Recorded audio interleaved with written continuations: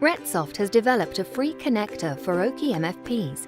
It allows you to scan quickly and easily from your MFP into the digital archive of RetSoft.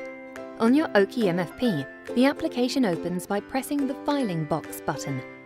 After it opens, you can log in with the desired RetSoft account. In the next window that appears, you can change the name of your document by pressing the Document Name button.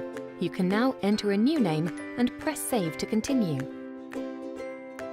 After this, you can set the location of the document in your archive by pressing the Destination Folder button. If the document name and location have been set, you can select if you want to scan in color or in black and white and simplex or duplex. Now press the Scan button to start the scan session. Once the scanning has completed, your document is added to your archive and is easily retrievable by content. Press the Search button and enter a name or keyword and your document will appear immediately. In short, archiving has never been easier. And to make it even more easy, the RetSoft app provides access to your archive from anywhere. Curious?